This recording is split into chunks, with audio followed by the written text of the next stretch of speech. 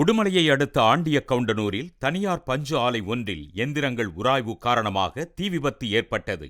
அப்போது ஆலையில் பணியாற்றிக் கொண்டிருந்த ஊழியர்கள் அலறி அடித்துக் கொண்டு வெளியேறினர். தீ விபத்தில் 20 லட்சம் ரூபாய் மதிப்பிலான பஞ்சு மூட்டைகள் தீக்கிரையான நிலையில் தொழிலாளர்கள் வெளியேறிய காட்சி சமூக வலைதளங்களில் வெளியாகியுள்ளது. புதுக்கோட்டை அருகேயுள்ள நம்மன்பட்டி கிராமத்தில் கடந்த 6 மாதங்களாக குடிநீர் விநியோகம் சரிவர நடைபெறவில்லை என புகார் எழுந்துள்ளது. இப்பிரச்சினை குறித்து அதிகாரிகளிடம் பலமுறை முறையிட்டும் கண்டுகொள்ளப்படவில்லை என குற்றம் சாட்டி கிராம மக்கள் சாலை மறியலில் ஈடுபட்டனர். தென்காசி மாவட்டம் மேற்கு தொடர்ச்சி மலை அடிவாரத்தில் உள்ள குற்றாலநாதர் ஆலயத்தில் சித்திரை விசு திருவிழா கொடியேற்றத்துடன் தொடங்கியது. கொடிமரத்துக்கு சிறப்பு பூசைகள் செய்யப்பட்டு பின்னர் வேத மந்திரங்கள் முழங்க கொடியேற்றப்பட்டது.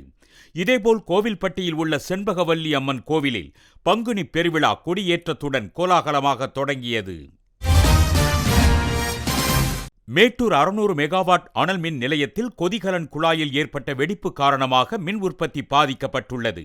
கோடைகாலம் என்பதால் மின் தேவை அதிகரித்து வரும் நிலையில் கடந்த 1 மாதத்தில் 3வது முறையாக மேட்டூர் அனல் மின் நிலையத்தில் பழுது ஏற்பட்டுள்ளது.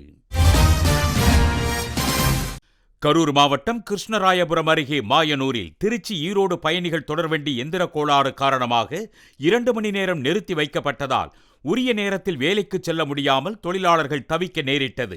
மற்ற தொடர்வண்டிகள் கடந்து செல்வதற்காக பயணிகள் தொடர்வண்டி நீண்ட நேரம் நிறுத்தி வைக்கப்படுவதால் தொழிலகங்களுக்கு தாமதமாகவே செல்ல வேண்டியுள்ளதாக தொழிலாளர்கள் வேதனை தெரிவித்துள்ளனர்.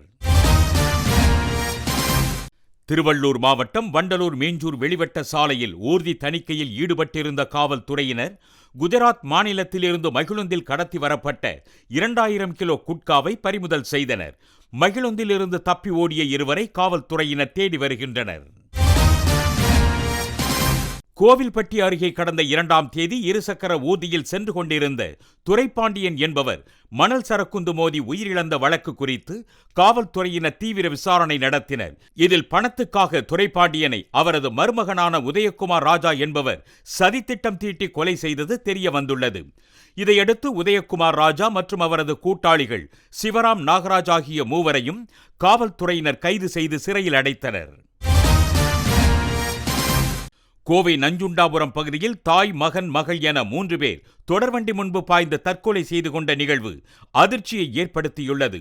சென்னை துறைப்பாக்கம் பகுதியைச் சேர்ந்த இவர்கள் வறுமை காரணமாக பிழைப்பு தேடி கேரளாவுக்கு புறப்பட்டுள்ளனர்.